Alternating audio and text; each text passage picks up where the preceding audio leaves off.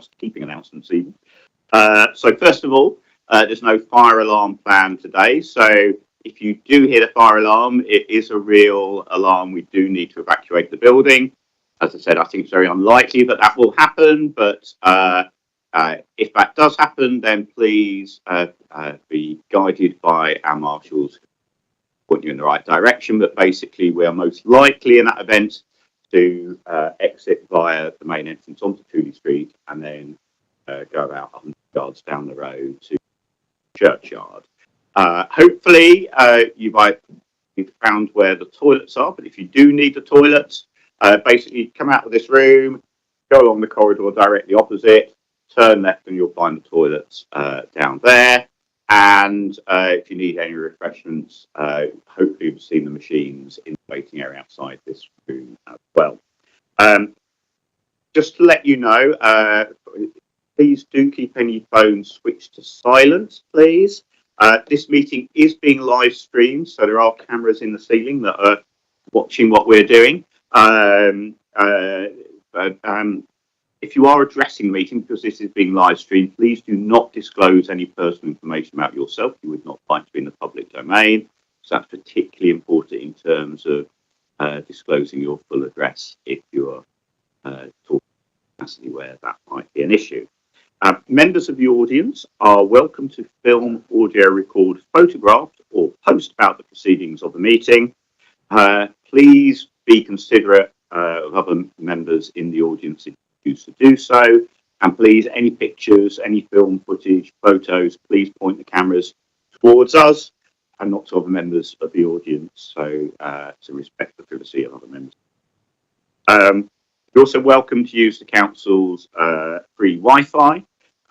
During the meeting, members of the committee won't access the internet except as it relates to the official business of this meeting. Send or receive emails, text messages or social media posts concerning the business of the committee, and that's so that anything that we're discussing and any decisions we make. I'd like to remind all speakers, please use your microphone when speaking, because otherwise what you're saying won't be picked up on the live stream, which we also use to help us with what you see, say, won't be a public microphone. And also, because our microphones can be a bit sensitive, please don't put a phone that's on anywhere near the microphone, because it does tend to cause interference.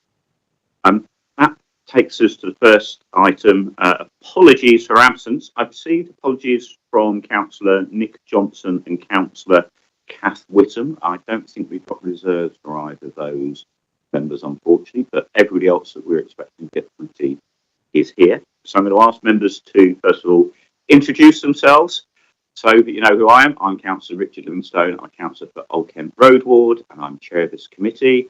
And Councillor Fulham, we'll start with you and then we'll... Cheers, Chair. Hi, I'm Councillor Reginald Popula, Councillor for Nunhead and Queens Road. I'm Councillor Esme Hicks, Councillor for Crampton Hill. Councillor Gavin Edwards, Councillor for Nunhead and Queens Road. And I'm Councillor Mel from North Warwick. Those are the voting members of the committee. I'm now going to ask officers to introduce themselves. Dipesh Patel, Head of Strategic Applications. Michael Feeney, Legal Advisor. I'm Gerald Gola, I'm the Committee Clerk. Liam Dillon, Senior Planner, Urban Forester. I'll be introducing item 6. Nathan Young, Strat Applications. Michael Tsakaris, Head of Design, Conservation and Transport. Thank you, everybody. That brings us to notification of any business items of business the chair deems urgent. First of all, we obviously got the main agenda pack, but we did receive a supplemental agenda pack which came slightly late.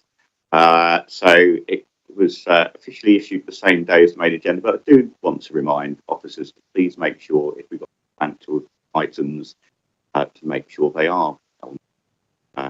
It is at my discretion whether we accept these items, and I know that lots of members of the audience are here for the item on Southwark Bridge Road, so I'd have hated to have to get out of order and defer the item. We also have the addendum report and the members pack showing the presentations this evening. We're going to vary the order slightly because of some of the interest that has been in item 7, which is to do with the Croxford Road, Norwood Road, Article 4 item. So we're going to take that item first. But before we do that, are there any disclosure of interest and dispensations any member wishes to make? Everybody is indicating they do not, which is so it helps us move on. So next item is just to approve the minutes of the meeting that was held on 26th of November. Eagle-eyed officers have spotted one slight amendment in item 1, which should read Councillor Gavin Edwards rather than Councillors Gavin Edwards. Councillor Edwards is a very skilled councillor, but he isn't more than one person. So with that slight amendment, are members of committee happy to approve the minutes? Thank you. That brings us to item 7, which is a confirmation of the Article 4 direction for the withdrawal of Part 16 permitted development rights for communications development at the junction of Croxford Road and Norwood. So I'd like to hand, I think, to Dipesh. Thank you, Chair. So this is confirmation of removal of permitted development rights and Part 16 of the GPO for a small section of area between Croxford Road and Norwood Road outside 294 Croxford Road. So this is the site here. We can see the telecoms equipment on just in the middle of the screen with the mast going up. There is a shop just behind it, and this equipment has hidden that shop to some extent. You see the equipment's there, number of pieces of equipment, 6 of them over a number of years.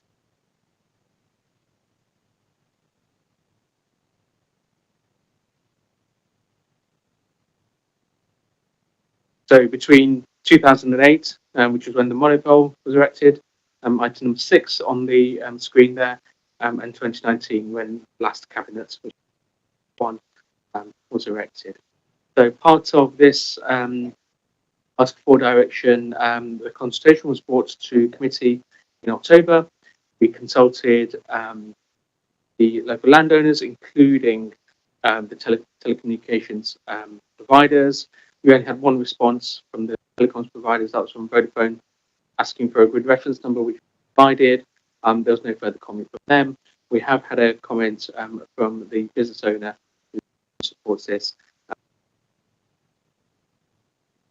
So if members confirm the direction today, the Article 4 direction will come into effect on 21st of February, after which any telecoms equipment would need planning permission. Thank you. And just to confirm, this is a 4-stage process. So we have been through stages 1 to 3. So stage 1 is about decision making. Stage 2 is a consultation. Stage 3 is asking the Secretary of State whether it's all right for us to proceed. And we're now at stage 4, which is the confirmation items. We have had representations as well from both the local Member of Parliament and, as I said, I think the councillors from all 3 of the wards that meet at this location, all who have supported the recommendations. So, first of all, any questions for officers? In that case, I've had an indication from a few ward councillors who'd like to speak, and I sent a notification to them yesterday that this is in Dulwich Village Ward, but I was going to allow Councillor Newins to address the meeting on this. Councillor Newins, usual rules apply, so you'll have 3 minutes to address the meeting.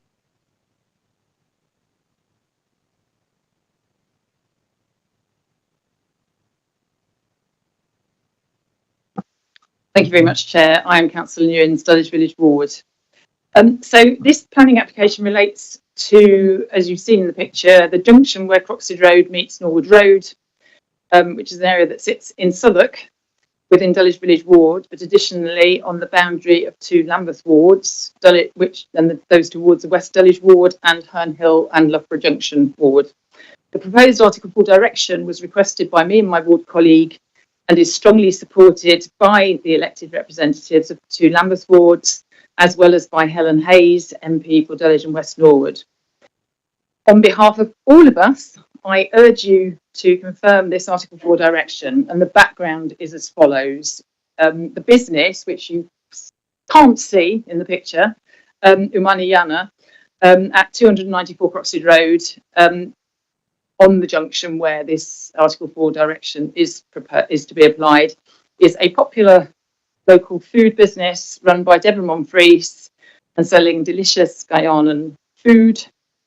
And by the time I became councillor in 2018, so Dipesh has said that the last one appeared in 2019, but certainly it was largely sort of, the business was largely obscured by then. It's widely believed that this has had a devastating impact on the health of this much loved business. And despite very well supported campaigns from the local community and direct pleas to the large multinational corporations who are responsible for the cabinets, it has so far not been possible to secure their relocation. The permitted development rights process is by definition unable to take into account the impact on a local business, and it also deprives the council of a veto. Proposed Article 4 direction would remove permitted development rights for communications infrastructure at the junction of Croxted Road and Norwood Road. This will have the effect of preventing the further proliferation of telecommunications infrastructure at this location. Whilst this new Article 4 direction will not undo the damage that has already been done, it will prevent any further harm, and it sends a strong message of support to Deborah Monfries and Umaniyana that Southwark Council has listened to the concerns of an independent local business and acted upon them. And in hot off the press news, I have a message from Helen Hayes MP, who says that tomorrow she will be presenting a petition in the House of Commons on Umaniyana, calling on the government to legislate to protect small businesses from the impact of telecoms infrastructure. Thank you. Thank you. I'm well within 3 minutes. That's very helpful. Any questions to Councillor Newens? No, that was very clear. Thank you. Councillor Newens, you can return to the public seating area. Just in the interest of balance, we didn't receive any objections, but I'm going to ask if there are any objectors in the audience that wish to address the meeting on this item. Can't see anybody. I said we didn't get any formal objections to the notification. Any follow-up questions from members on this? Can I just check in terms of the impact? Obviously, this isn't going to have the impact of removing any of the boxes, but I'm assuming if any of the phone companies came back and wanted to enlarge the size of a box or replace an existing box with a larger one, it would have an impact then. Is that correct? Yes, that would have an impact, and that would need to go through the usual planning process. Thank you. And of course, we're not preventing it. We're just saying they need to go through a proper planning process if they do so. Okay, if there aren't any further questions on this, I'd like to move that we adopt the officer's recommendations as set out in paragraph 1 to 3 of the report on page 87 of the agenda pack. Namely, that, first of all, the committee authorises the confirmation of the Article 4 direction to withdraw the permitted development rights granted by Schedule 2, Part 16 of the Town and Country Planning, General Permitted Development, England Order 2015, as amended, the GDPO for Patients Development. Secondly, it delegates to the Director of Planning and Growth the arrangements for making the Article 4 directions, including compliance with notification requirements under the GDPO. Thirdly, notes there were no responses to the consultation at the date of this. Does any member wish to second? Councillor Pagula indicated. So I'd like to ask for a vote on this. Councillor Edwards. Councillor Hicks. For, Chair. Councillor Merrill. For, Chair. Councillor Pagula. For, Chair. I'm Councillor Richard Livingstone, and I'm voting for this as well. So the motion is carried. Thank you, everybody. Councillor Newens and anybody else that was here for that item, you're welcome to remain, and you may leave the meeting if you wish. That brings us to Item 6, which is the confirmation of Article 4.1 direction to withdraw permitted development rights for the operations within part of the Dulwich Wood conservation area within and adjacent to the ancient woodland. That's set out in pages 6 to 86 of the main agenda pack. And I'd like to ask Liam Bullen to committee. Thank you, Chair. Planning Committee is being asked to authorise the confirmation of Article 4 direction to withdraw the permitted development rights granted by Schedule 2 of the GPDO to restrict certain operations without planning permission, to note the outcome of the public consultation in respect to the Article 4, to also note the equalities analysis annexed to the report, and to delegate to the Director of Planning the arrangements for confirming the Article 4. On the 26th of November 2024, this Planning Committee resolved to make a non-immediate Article 4 direction to protect irreplaceable habitat from inconsiderate development within ancient woodland, and also for properties with land within the woodland's nominal buffer zone of 15 metres from the boundary. This is in keeping with the principles of paragraph and in respect of standing advice from Natural England. Introduction of the direction curtails impacts brought about by operations carried out under permitted development within the woodland and its buffer zone. These applications must then be assessed against the policies in the development plan and any supporting guidance.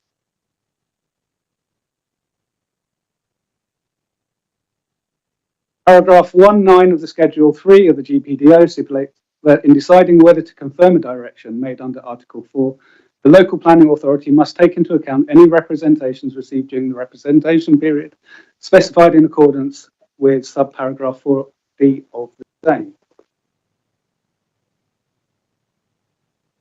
44 local residents, businesses and local stakeholders were consulted, along with external statutory consultees.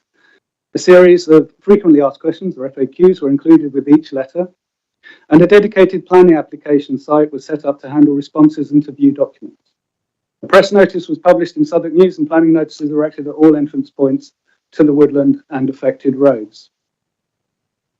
They were consulted by letter on the 3rd of December 2024 with representations welcome to the 14th of January 2025 in line with the statutory requirements.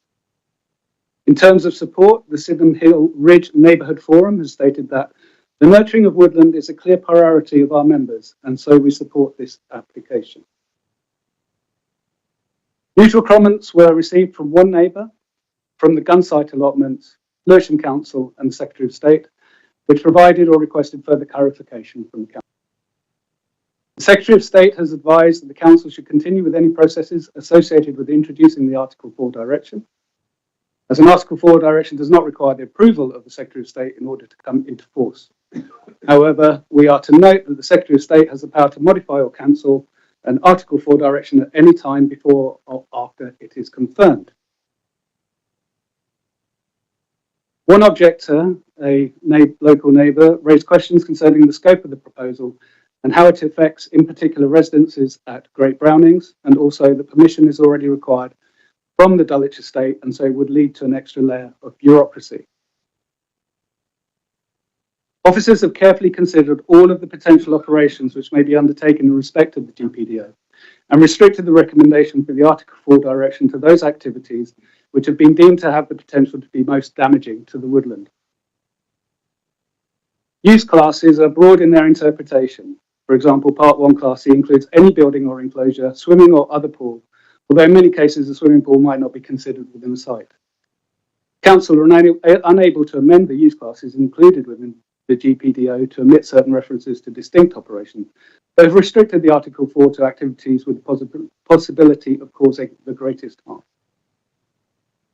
The Council presented the Article 4 in as plain a use of English as possible to describe the type of operations which would be affected. If permitted development rights are withdrawn and planning permission is required, the Council would be obliged to determine the proposal in accordance with the development plan unless material considerations indicate otherwise. Policies contained within the London Plan and the NWPF are also relevant as discussed further in the policies context section of the main report. It should be noted that where submission of a planning application is required as a result of withdrawal of permitted development rights through an Article 4 direction, the Council cannot charge a planning application fee. The Great North Wood and the properties affected by the Article 4 are also subject to the Dulwich Estate Scheme of Management. The Dulwich Estate is a statutory consultee on all applications made to the Council within the Scheme of Management area. The approval required under the Scheme of Management is separate from and in addition to the requirements of the local authority, planning permission, building control and any other regulations. In many cases, alterations, extensions, new structures, works or trees would require permission from both the appropriate local authority and the Scheme of Management Office. But the Scheme of Management is in effect a landlord commission rather than a planning function under the Town and Country Planning Act. By the granting of planning consent and building regulations consent does not mean the landlord has automatically granted consent required under the lease. Where the landlord, the estate is required to act reasonably, although its decisions are not open to appeal. Southwark Council is the local planning authority subject to regulation under the Act, with decision making taking due regard to national, regional and local policies. Decisions of the Council on planning applications may be appealed to the Planning Inspectorate. Under the consultation, no further issues were identified nor none raised in respect of the equalities impacts, and so the equalities impact and needs analysis is submitted unamended. In terms of resources, no further resource implications are envisaged. As such, undertakes as part of the management of the historic environment, and as such will be carried out by the Department's Conservation Design team within its existing staffing resources. The Article 4 direction may generate some additional planning casework, however, this is seen as a necessity in safeguarding the woodland in accordance with nationally recognised advice. In some circumstances, the Council can be liable to compensate developers or landowners whose developments are affected by Article 4 directions. Local planning authorities are liable to pay compensation to landowners who would have been able to develop under the permitted development rights and Article 4 direction withdraws if the Council refused planning permission for development, which would have been permitted development if it were not for an Article 4, or to grant planning permission subject to more limiting conditions than the GPDO would normally allow. Compensation may be claimed for abortive expenditure or other loss or damage directly attributable to the withdrawal of permitted development right. Abortive expenditure includes works carried out under the permitted development rights before they were removed, as well as the preparation of plans for the purposes of any work. After the expiry of 12 months from confirmation, no compensation would be paid. As previously stated, officers have carefully considered all of the potential operations which may be undertaken in respect of the GPDO and restricted this recommendation for the direction to those activities only which have been deemed to have the potential to be most damaging. This recommendation to confirm the direction aligns itself with planning policies of the Council in respect of both the natural and historic environment and to trees and biodiversity. Also to priority 3 of the Council's climate change strategy and goal 6 of the Southwark 2030. Also with due regard, as stated, to guidance within the NWPF and standing advice from Natural England. And so for the reasons set out within the body of the report and its appendices, it is by recommended confirmation of the Article 4 direction preventing certain permitted development rights within and adjacent to the Great North Wood duly authorised. The members note the EINA as submitted and to delegate to the Director of Planning to make such arrangements for the confirmation of said order, including notifying the Secretary of State. Should this committee be minded to authorise confirmation, the ward members have proposed that a further series of FAQs, or frequently asked questions, are attached to the order, outlining the role of the Council and that of the Dulwich Estate, along with greater clarification on the extent of the buffer zone and the plan. Thank you. Thank you. Any questions for officers on this? Councillor Papula. Chair, and thanks Liam for presenting this. You've noted that there may be financial implications, and I can see here in the financial implications subsection here, it gives a very general outline, but has the council calculated how much they may potentially owe to landowners? It's not noted in the report or the that you.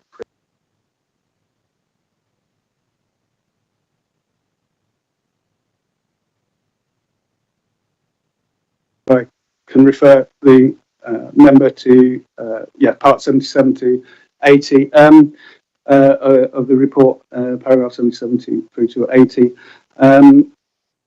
This sets out the council's position on the financial implications. It's an unknown. Obviously, the GPDO only becomes valid once it is confirmed, so it doesn't reflect on any structures that have been made in advance of that.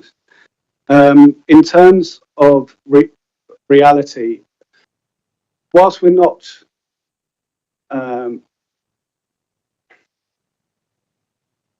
requesting that there is no development, we're asking that it's done in a sympathetic way. And that's where advice from officers like myself and other design team officers can help applicants with mitigating for the perceived harms.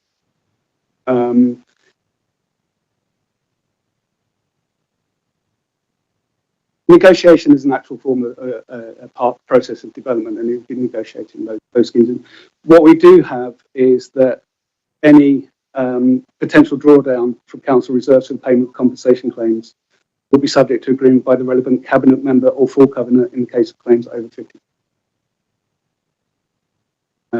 Sorry, Chair, if I can add to that. Simply, the compensation is only payable for schemes that are currently in train, in effect, and are stopped by the enforcement of the Article 4. At the moment, we have no planning applications that are relevant that would be captured or be overturned by the Article 4. So we've done that check. The only potential risk might be of someone who has perhaps made a plan for a rear extension, which is a 3-meter rear extension, which is permitted but under the GPDO. They've got plans and architect's drawings and details and so on, which has involved them in a certain amount of cost to develop those, and then we refuse that proposal because the Article 4 has come into effect. That has obviously that's a risk, or has a plan for a swimming pool or a large ground source heat pump that they've developed and detailed. The risk there is really the extent of the potential for the costs of developing the design or detailing the design and so on, potentially. And if works have been mobilized and cranes and construction equipment ordered that has had to be stopped because of the Article 4. We don't anticipate any of that because simply we've made clear notification. We've given people a lot of time before this is confirmed. As I say, we have no planning applications or permissions that we feel have raised that kind of risk at this point.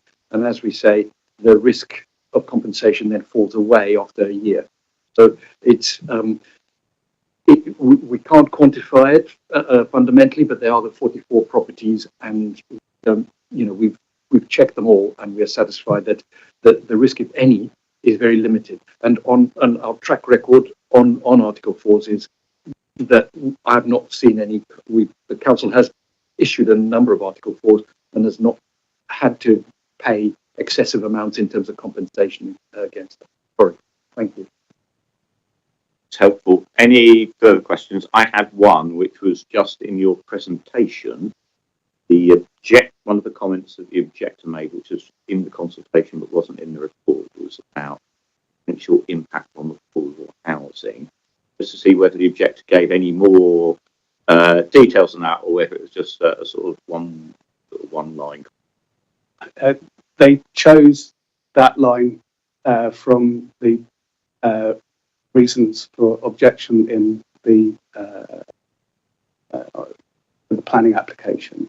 The full text is within the consultation report, Appendix F, and there is no further elaboration of that. I've not had any notification of anybody that wants to address the committee, but I do notice a ward councillor for the area in the meeting. Councillor Simmons, do you wish to say anything on this one?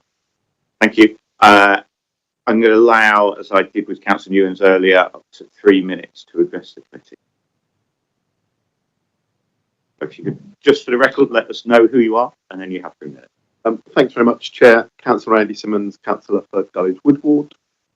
Can I start off by thanking officers and the committee for their help at the previous meeting in expanding those consult fees and looking at an FAQ. I think that's helpful. As ward councillors for Dulwich Wood, Councillor Rose and I are very proud of all of our woods, but particularly our ancient woodland. And so, in principle, we were minded to support this. As a result of your previous meeting, we invited residents to surgeries. We, along with Helen Hayes, have door knocked all of the properties impacted to have conversations with them to ask them for their views. We've met with the Dulwich estate and talked to them through the detail. We have invited Sydenham Hill Ridge Neighbourhood Forum officers to our surgeries, and one of them has come along behalf of the committee, and we had a good conversation. Interestingly, when you're door knocking, details of Article 4 can be a little bit difficult to get across the summary. And our ward is very diverse ward. I can't imagine for the life of me what impact there would be on housing of this.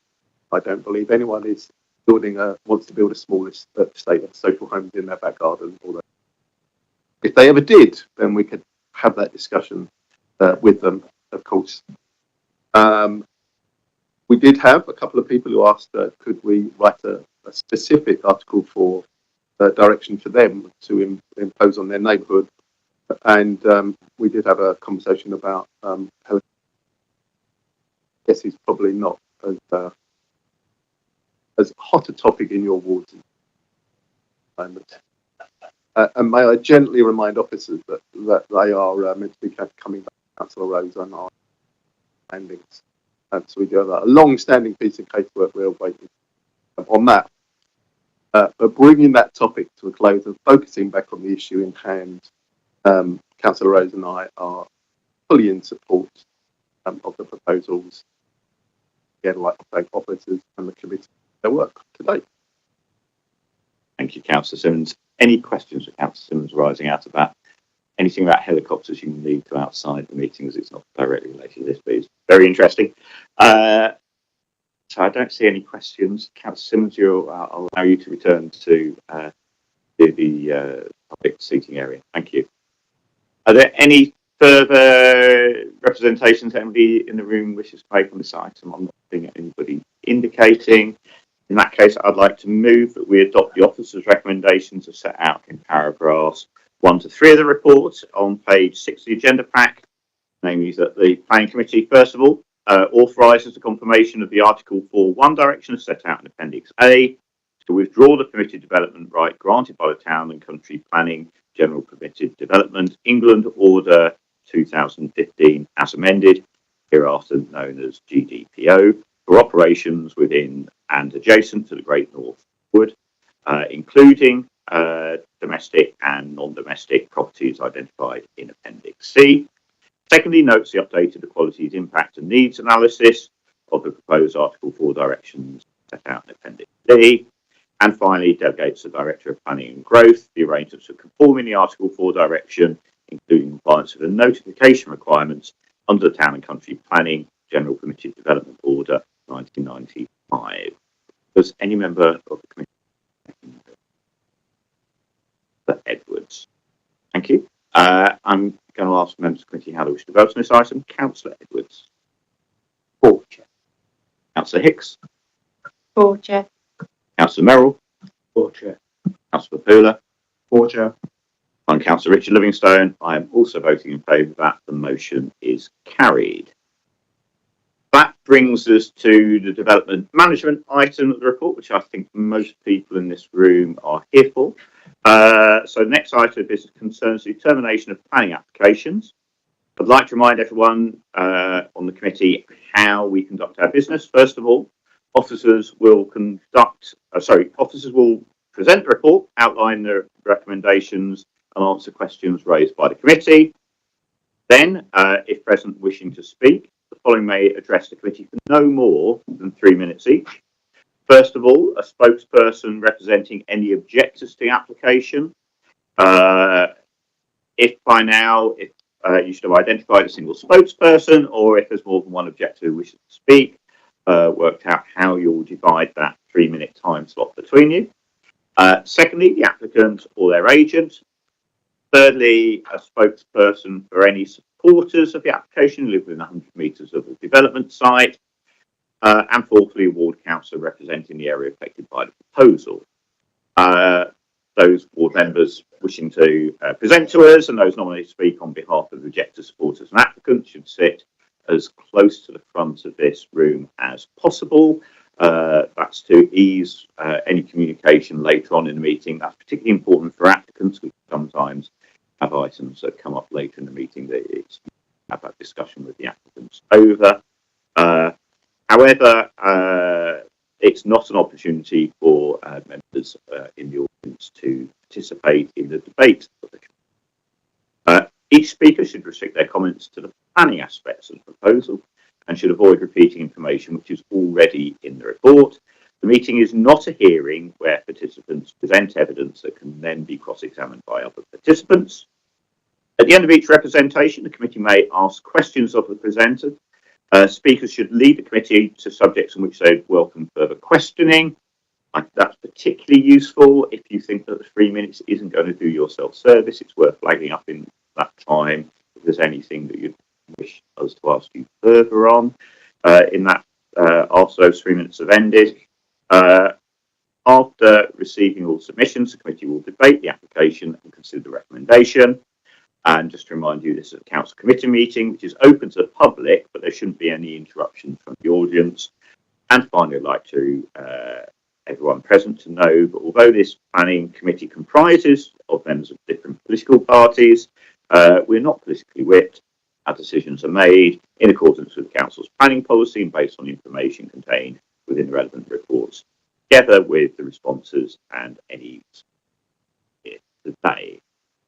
So how we approach these applications set out in the Development Management Report at item 8 on the agenda. If members are happy to note that report, we can move on to considering the planning applications. Are members happy? Thank you. That brings us to item 8.1, which is the 22 to 24 Southwark Bridge Road, London SE1 9HB, and that is set out in pages 1 to 82 of the supplemental agenda pack, and also pages 2 to 5 of the addendum report. I'd like to ask Daniel to present the report. Thank you, Chair. This item is for the redevelopment of 22-24 Southwark Bridge Road. It is an office-led scheme with flexible commercial space at ground floor level and other associated works. 2 comments were received from members of the public raising concerns regarding loss of light, overlooking, noise and lack of greening. The applicant has carried out extensive public consultation themselves. General feedback from these events included support for the cycle improvements and the retention and retrofits of 22 Southwark Bridge Road. There was a request for increased greening, activation at roof level, which has since been taken on board, and there were initial concerns on height massing, which has also since been amended. This is an image showing some of the consultation events held at the Forge, a neighbouring building to the site. The events included presentation boards, digital projections, and a 3D model to illustrate the developing proposals. Nearby stakeholders were appropriately consulted throughout the process. The site location plan. The site is shown in red and the neighbouring site, known as the Forge, is shown in blue. Both are under the ownership of the applicant.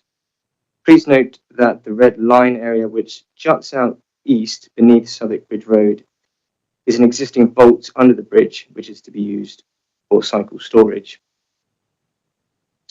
Here.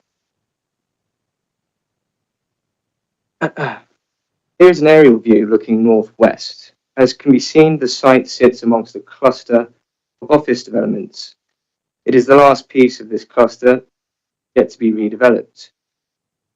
Rose Court, here in pink, Forge, the two buildings just to the rear, Tides just back there, and one Southwark Bridge Road across the road are all either complete or under construction.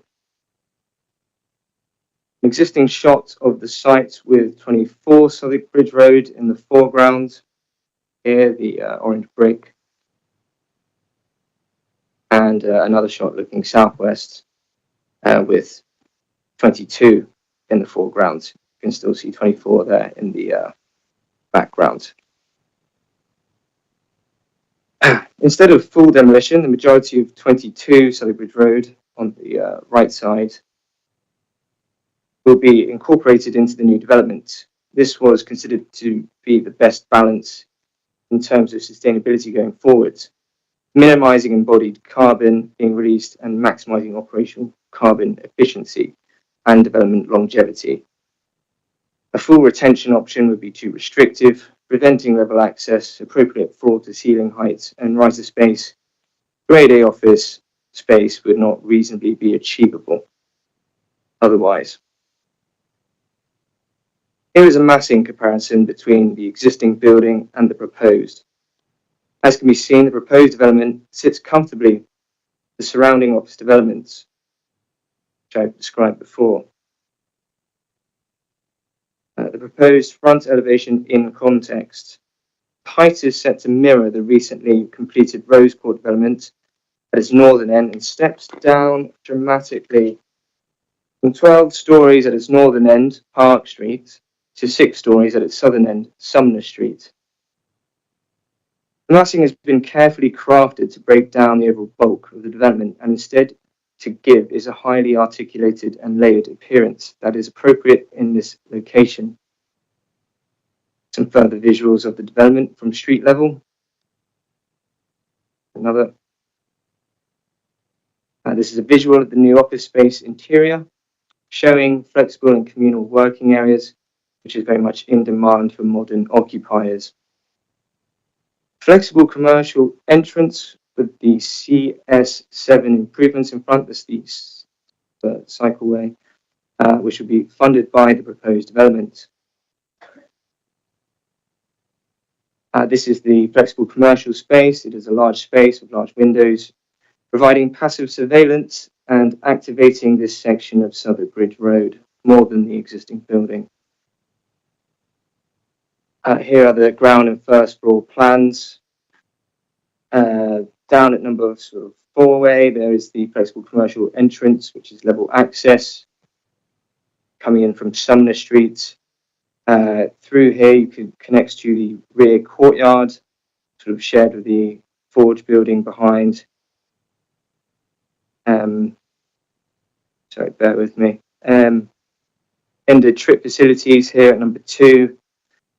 Access from Park Street, and then above on the right side of the image is the first floor level where the main office entrance is, where visitors would arrive, also level access here. More on that later. Quality end of trip experience. There's a double height cycle / pedestrian entrance off Park Street, as mentioned. Cycle storage is within the existing vaults under the bridge. There is a cycle hub here, marked 3, 4, and lockers and showers over here, just on the left side.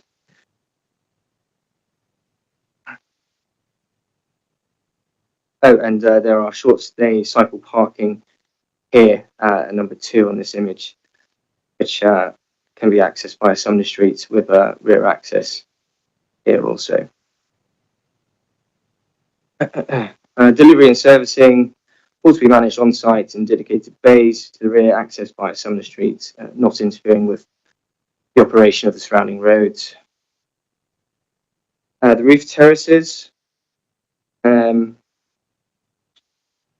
the south and west facing corners of the proposed terrace would be inaccessible.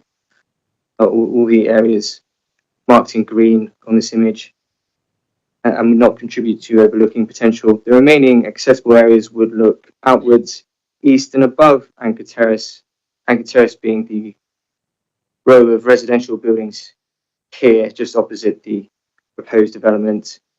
There is a significant height differential, so naturally users would look out and above rather than down and into the windows. The other buildings, Rose Court, the Forge, and 32 to 34 Summer Street, are all office buildings. A visual of one of the terraces showing quality amenity space provided by the development, a key requirement for modern office occupiers. Also somewhat shows how the users would again look outwards and above nearby residential buildings. Also the perimeter planters, which you can see in the image, would also prevent users standing right up against the railings, further reducing overlooking potential. This slide summarises the key landscaping points. The development meets both UGF and B&G requirements and provides 262 square metres of green roofs and 231 square metres of green walls and 37 new trees. Greening has been maximised where possible throughout the development. As previously mentioned, the building has been carefully sculpted with surrounding buildings in mind, including the daylight experience by Anchored Terrace opposite. Some key points to note about Anchored Terrace and its layout. The lower ground floor is largely obstructed, buried in light wells. You can see that in the top figure, figure 2.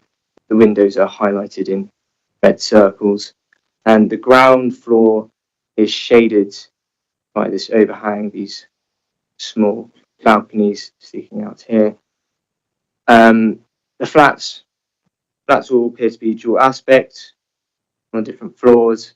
The main living, kitchen, dining areas to the rear with good outlook, which you'll see in the next image. Bedrooms are located to the front. These are the most effective. It's important to note that bedrooms are generally considered less sensitive than the main habitable rooms due to their nature and nighttime use.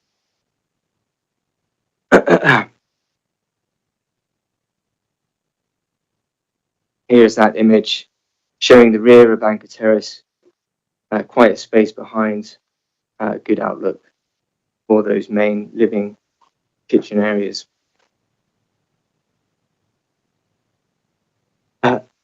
This table shows the baseline daylight levels are generally low. So the existing situation is quite low. Only 16% of windows inside BSC guidelines. The baseline existing levels are then compared to the proposed daylight sunlight conditions. The majority of windows are BRE compliant in terms of BSC, experiencing less than a 20% loss. The majority of rooms are BRE compliant in terms of NSL. Whilst there will be some adverse effects on daylight access due to the proposed development, these are consistent with expectations in dense urban environments. As previously stated, deviations from BRE criteria include the presence of existing balconies that limit light access and the inherently low levels of daylight due to the area's built-up nature. Finally, here is a summary of the scheme, providing Grade A office space, delivering significant economic benefits for the surrounding area. Affordable workspace, 10% of the net uplift, either on-site or as a pill. Strong sustainability credentials, good green credentials, and a significant S106 package and a SIL payment of approximately £2.7 million. Thank you. Thank you. Any questions? I'm going to start just to understand, first of all, the heritage aspects of this. So there seems to be there is impact on the broader area, but in particular seems to be the impact on both Anchor Terrace. But also, I just wanted to confirm there's no impact on the scheduled ancient model of the Rose Theatre. Very helpful. Thank you, Chair. Yes, what's in your report is covers the main heritage, the direct sort of heritage impacts, which are visual in terms of we have to take into consideration the impact on the setting of the listed building, right? Setting of the conservation area, Trail Street conservation area, which abuts or comes up to Southwark Bridge Road. As to the ancient scheduled monument, that's located on a road in the basement of the Rose building, Rose Theatre building across the road, and this proposal was considered in detail by the archaeologists of the council, but there was no issue in respect of the Rose, the ancient scheduled monument. The committee could bear in mind as well the fact that number 22 Southwark Bridge Road, which is the building which is largely going to be retained, cladding removed, and just extended towards the front, towards Southwark Bridge Road. So structurally, it's there's less of an impact on that northern edge of the site than on the southern end, where there's more tradition very heavy. So the ancient scheduled monument affected by this proposal. There's no, in terms of building new foundations, that's really happening on the site of 24 rather than. No, both are nice. There aren't new foundations either. There will be new foundations for number 22 as well, principally at the front on the Southwark Bridge Road frontage, where the existing building, its structure peels away from the road, and so it'll be mainly at the front on the Southwark Bridge Road side, the eastern side. The road is to the north of number 20, it's the road on Park Street.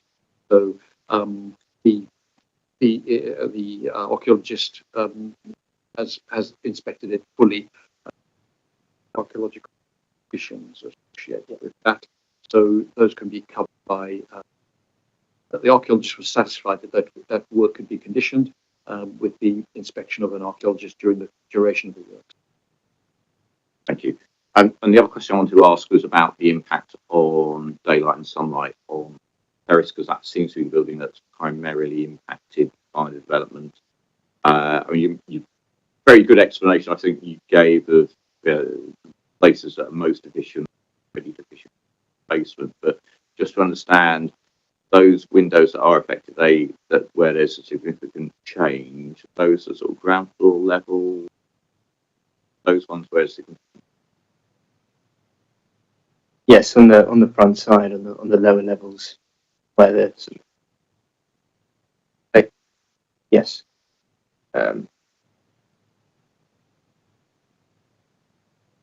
the front side, on the lower levels, and on the ground floor under the balconies, mostly see the most impacted. They're more exaggerated when they're already very low levels, so the percentage changes are more extreme as a result.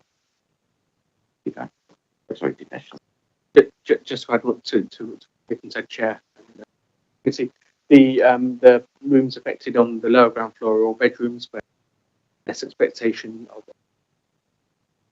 living diners on the ground floor, but as the plan at the bottom shows, buildings have dual aspects.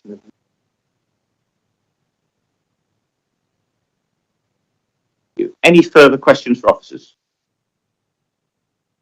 Okay, I'm going to move then to the representation section of the meeting. So, first of all, do we have anybody that wishes to speak in objection to the application? I'm not. Hands. In that case, do we have any the applicant's agents? If you'd like to come forward to the table in the front. So what I'm going to do is ask you to first of all introduce yourselves, and I'll give you 3 minutes. The way of making the microphone work, by the way, is pressing the big button in the front, because I know that sometimes throws people, so just to make you aware of that. But I'll let you introduce yourselves and your. I'm Angelo Carabinieri. Laura Jenkinson, planning consultant, Davis & Young. Thank you. You have 3 minutes. Good evening, and thank you for the opportunity to speak in support. Angelo Carabinieri, representing Man. Before we take you through our plans, I wanted to briefly highlight what we're currently doing in Southwark. We have a growing presence in the borough, delivering high quality, sustainable development. We have already delivered the Forge, the UK's first net zero building. We are on site at Timber Square using a pioneer skill and cost structure, driving our sustainability ambitions. This project alone, we have 6 local. 2 additional consented schemes at Red Lion Court and Southwark, subject to approvals, will be the next project. Finally, US Street, the second phase of Timber Square, with planning proposals to. Our long-term commitment to Southwark extends further, with £800,000 from the Futures Fund to be community projects over the next decade. With hybrid working on the rise, we know offices are more than just to attract people and perception quality. The existing buildings at Southbridge Road no longer meet this objective, and we now have an excellent opportunity to create sustainable, best-in-class. Having reviewed various options, our retrofit-led approach will deliver over 19,000 square meters of flexible space, supporting up to 1,600. Further support employment and local businesses. The scheme will provide a workspace on-site or through a. Sustainability is at the heart of our ethos and plans at Southwark. We are retaining and repurposing a significant portion of the existing structure, reducing embodied carbon while integrating urban greening and biodiversity. The scheme is car-free with a wellness hub, outstanding cycle facilities, and over 500,000 related to leading cycle C7 in new signalised junction Southbridge Road. Combined carefully with our with Southwark Office review panel and stakeholders, the scheme embraces a modern warehouse aesthetic with high quality. We understand that local residents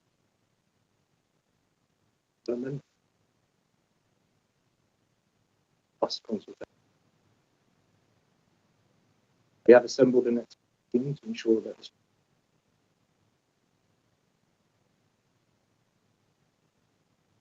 In summary, this project is.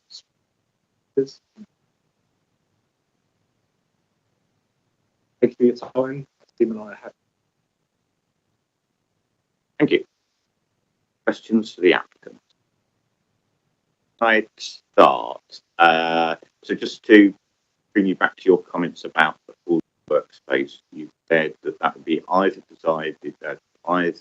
delivered on site or through a contribution. Can you just talk us through what's going to determine the outcome of that? Because obviously we would prefer, given this sort of fantastic site, for that to be on site. So just so we can understand how.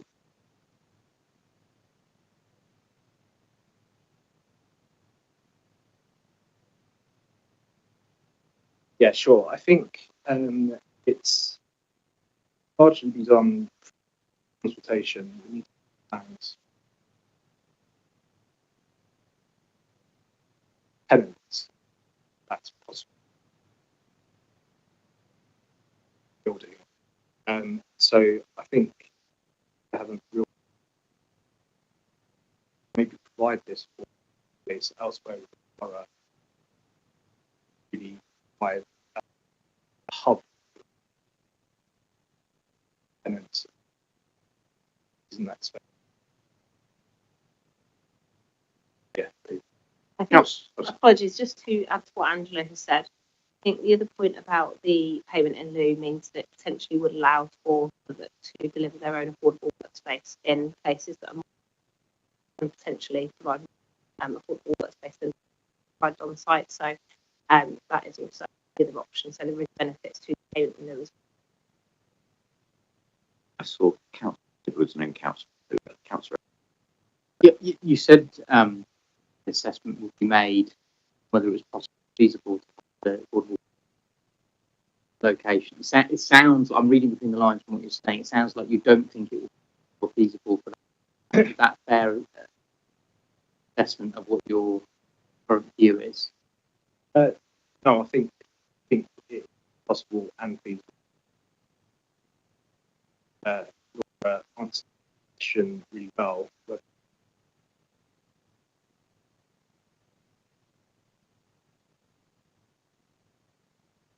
it would also be tenant based. So we get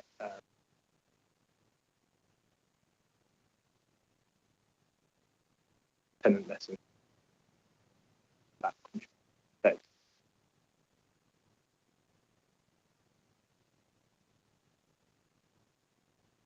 Councillor Fuller. Chair, and thank you, Angelo, for presenting. I've got 2 quick points. The first one is a follow-up from my colleagues here. But also, again, as Councillor Rhodes had reading between the lines, it does come across as if it may not be possible space in this. Of course, you advocated much so. That is the case. I would like to ask for a friendly amendment to effectively state to effectively state that. I'll leave the people either to Councillor Fuller. Yes. Would you be happy to state that if it is not possible or financially viable, if not, allow an affordable tenant to occupy space? Currently, no situation. That's my first. And my next question is in terms of access. I couldn't see from reports about the management of specific our period. Reason why I know that is I know that the proposed scheme is there could be an event that could a management plan to deter situations like. yeah, sure. So I'll take the first. So currently the rooftop is provided with B and will have 10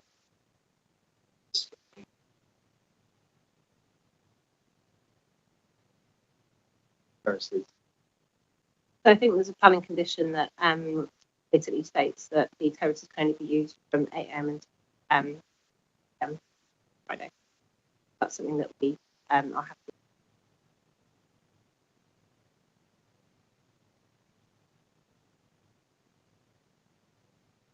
Sorry, could you repeat the first? Yep. What I would basically say to that that Southwark will what they can ensure that there is workspace, and in absence of that, then there will be rather than currently that we. I think just in terms of the full workspace, the options really are to allow for maximum flexibility, not just for ourselves, but also for sort of basis that there has been some research in respect of space, and actually associated with that there's potentially more benefit to provide that space within the Southwark borough, where it's more location. So it's not just an applicant suggestion to allow flexibility. So I don't know if it's worth Dipesh, maybe you jump in and giving the officer view. I was about to ask Dipesh to jump in. Dipesh. Thank you, Chair. So yes, we are working up an affordable workspace strategy with process of being. What we are finding is that the 25% discount market rates in some parts of the borough isn't that affordable for that affordable workspace. So part of our strategy will be to also with other sites and develop at more with a target organisations and staff.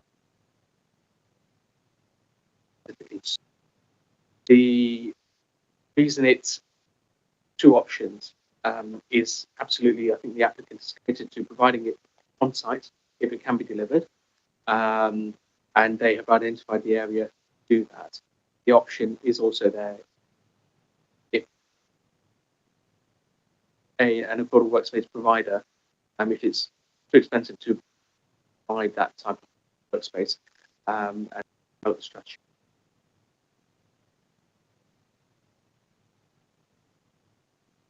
In Chair, in terms of IPC, that's not in the question.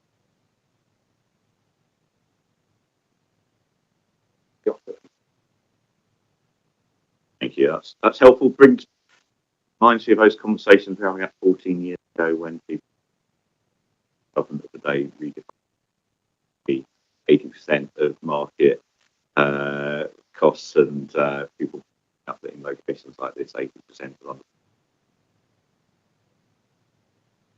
So I think to conclude, what you're telling us, Dipesh, is the council negotiate with the developer to come up with the right solution, so we can rest assured that this is not something that's entirely in the developer's hands. It is a thing.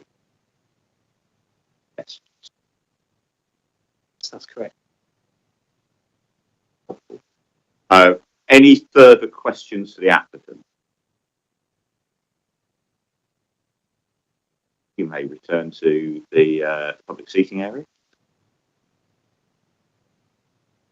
Do we have any supporters of the application that live within of the site? Can't see anyone indicating. I can't see one, although I know they were at the rebriefing of this. Any ward? We don't have a ward councillor present.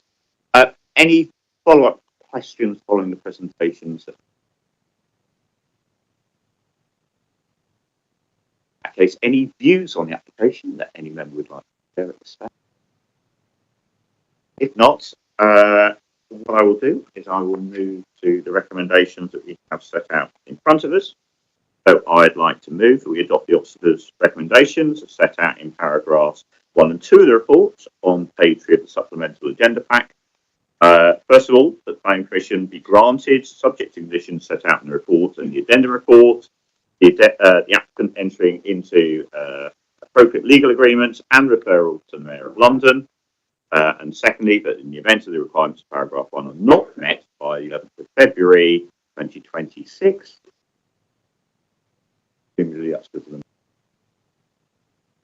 the Director of Planning Growth be authorised to refuse planning permission if appropriately set out in paragraph 4. Is that recommendation? Councillor Hicks, thank you. I'd like to ask you all how you wish to vote on this. Councillor Edwards. For, Chair. Councillor Hicks. For, Chair. Councillor Merrill. For, Chair. Councillor Papula. For, Chair. Councillor Richard Livingstone. I'm also voting in favour of the motion. The application is granted.